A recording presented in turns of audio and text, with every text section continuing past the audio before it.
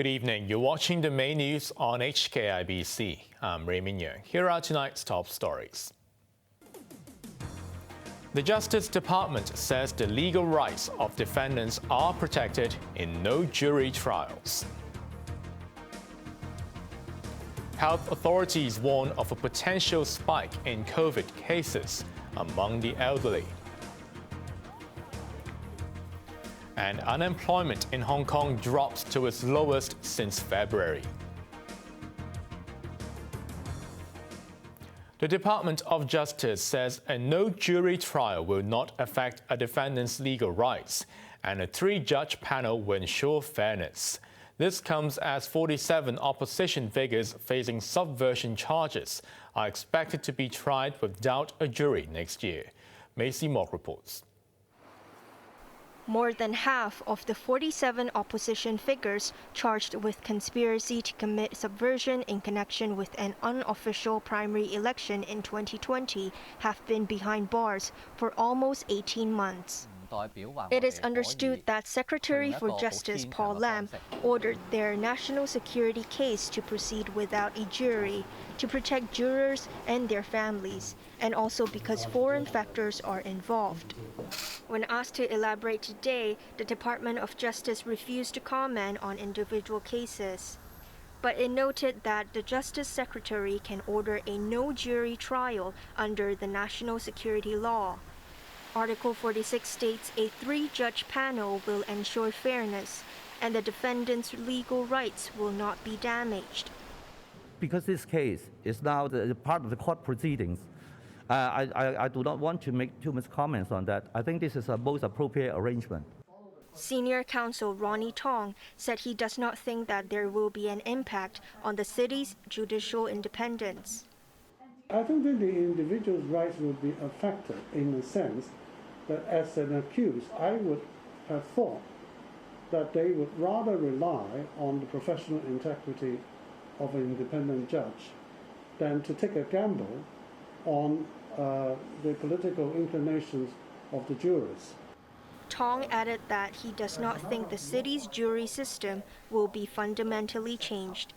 Maisie Mock, HKIBC. There'll be no jury when Apple Daily founder Jimmy Lai goes on trial in the High Court next week. Lai and 3 Apple Daily companies face several charges, including collusion with a foreign country. He has been remanded in custody since 2020 and has been sentenced to jail over various protest-related charges. The case will be heard by judges Esther To, Susana Diomada Remedios, and Alex Lee. The government says it will look into whether new laws are needed as part of the newly announced campaign to clean up the city. In the second round of informal discussions with lawmakers, senior officials also discussed quarantine arrangements for arrivals. Joanna Ho reports. The city's number 2 official Eric Chan, his deputy Chek Weng-hing, and 9 other principal officials met more than 70 lawmakers in the Legislative Council's antechamber this morning. Their discussions included the citywide cleanup program, border controls, and quarantine arrangements. Chek, who is in charge of sprucing up the city, said officials will explore the need to enact new legislation or make amendments after studying current laws. The government was urged to make use of smart technology. My suggestion is to have Hong Kong government to build a platform including GIS, AI, satellite image, to let the citizens to report directly to the apps to capture image about the cleanliness of every single street. New People's Party chairwoman Regina Yip said some in the business sector prefer to remain in hotel quarantine instead of transferring to the isolation facility at Penny's Bay if they test positive. She said Health Chief Lo Chung Mau agreed that on-site isolation can reduce virus transmission. But hotels refused, saying that would increase infection risks on their premises and affect booking arrangements. Yip said Business sector lawmakers will try to persuade hotels to change their mind. Chief Secretary Eric Chan said quarantine arrangements for arrivals from overseas will be further relaxed if the situation improves. He also pledged to announce border arrangements with the mainland on suitable occasions. Joanna Ho, HKIBC. The hospital authority expects an increase in the number of people aged 60 and over contracting COVID, as the elderly account for about a quarter of recent daily infections. According to the latest figures, in the past 2 weeks, there are over 15,000 elderly aged 16 years or above infected with COVID. I'll said the figures was up 20% from the previous fortnight. New COVID cases today were the highest since April. Of the 5,757 infections, 194 were imported. 4 patients aged 52 to 96 were the latest fatalities from the virus. 10 patients are in intensive care, including a 5-year-old girl in Tuen Mun Hospital. The chief executive has emphasized the importance of reopening the border with the mainland, but said a balance must be struck. Many of you want Hong Kong to resume normal travel with the mainland. I hear you clearly, but I must stress that connecting with the world and connecting with the mainland are in no way contradictory to each other.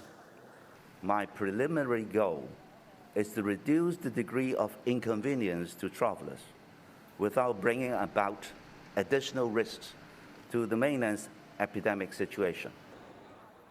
Lee was speaking just days after Hong Kong reduced hotel quarantine to 3 days from 7. He told a business forum that he was pleased to receive a positive response to the new arrangement. The families of 5 Hong Kongers missing in Southeast Asia have asked the Immigration Department to help find them. Originally, 17 people from the SAR were unaccounted for in Thailand, Myanmar, Cambodia and Laos, but 12 managed to leave the region safely. Officials are following up on the 5 still missing and are in close contact with their families. So far this year, police received reports of 12 Hong Kong people who lost contact with their families after being lured overseas by romance or job scams. Overseas, U.S. Congresswoman Liz Cheney has paid the price for daring to stand up to former President and fellow Republican Donald Trump. Cheney lost a primary election in her state of Wyoming as Trump targeted 10 Republican lawmakers who voted to impeach him after his loyalists stormed the Capitol building in January last year.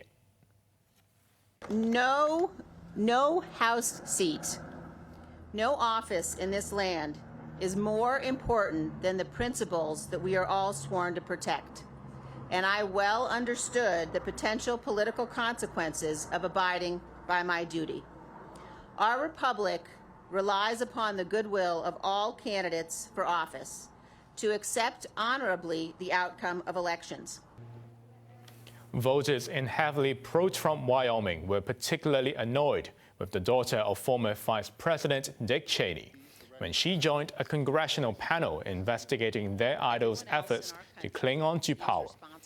Harriet Hageman, who was backed by Trump, won the primary in a landslide and is expected to do the same in the midterm elections in November. The families of 5 Palestinian children killed in an Israeli air raid on the Gaza Strip 10 days ago have demanded that Israel be charged at the International Criminal Court. At the scene of the attack in a Jabalia refugee camp, children held a memorial for their murdered friends. Israel earlier blamed the deaths on a misfiring Palestinian rocket, but Israeli defense officials have now told a newspaper that an investigation found the children were killed during an Israeli air raid. One grieving mother described the assault as the cruelest crime and accused Israel of trying to uproot the Palestinians. 17 children were among the 49 Palestinians killed when Israel bombarded Gaza, saying it wanted to prevent a rocket attack.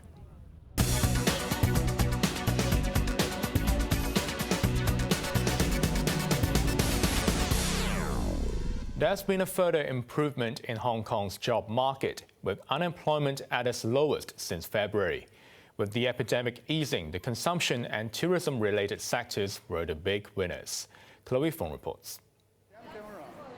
With Hong Kong returning closer to normality as the COVID threat retreats, the city's jobless rate dropped to a 5-month low. The unemployment rate in the May to July period dropped 0.4 percentage points to 4.3%, down from 4.7% in the preceding 3 months. Underemployment dropped 0.8% to 2.2%. Total employment rose by about 21,500 to nearly 3.6 million, while the number of people out of work dropped by about 10,400 to 168,200. Across industries, the consumption and tourism-related sectors, including retail, accommodation, and food services, saw the biggest improvement, with unemployment falling by 0.9 percentage points to 6.5% in July. The jobless rate in the food and beverages sector fell by 1.6 percentage points to 7% last month. There were also notable declines in the jobless rate in building works, transport, entertainment, and recreation. Labor Chief Chris Sun expects the job market to continue to recover on the back of the consumption voucher scheme. Chloe Fong, HKIBC. Tech giant Tencent has posted its first ever quarterly revenue decline after China tightened regulations on video games and approved fewer new titles. Revenue in the second quarter slid 3% from a year earlier to 134 billion yuan. Meituan wrapped up today's trading with a 3.3% gain, a day after reports that Tencent was planning to sell a stake in the food delivery firm. Hong Kong exchanges and clearing fell 1.6% to a 2-month low, after its first half net profit dropped 27% to $4.8 billion. The Hang Seng Index gained half a percentage point. Now let's take a look at the markets. The Hang Seng ended the day up by 91 points. To the top 10 active stocks, Meituan picked up $5.50. Tencent was up 20 cents, while Alibaba was up 40 cents. Tektronic was up $9.70, while BYD Company was up $4. On to the weather now. Tomorrow will be mainly cloudy with a few isolated thunderstorms. It will also be hot with the top temperature of 33 degrees. Slightly cooler but wet towards the weekend. Now let's take a look at the weather around the world.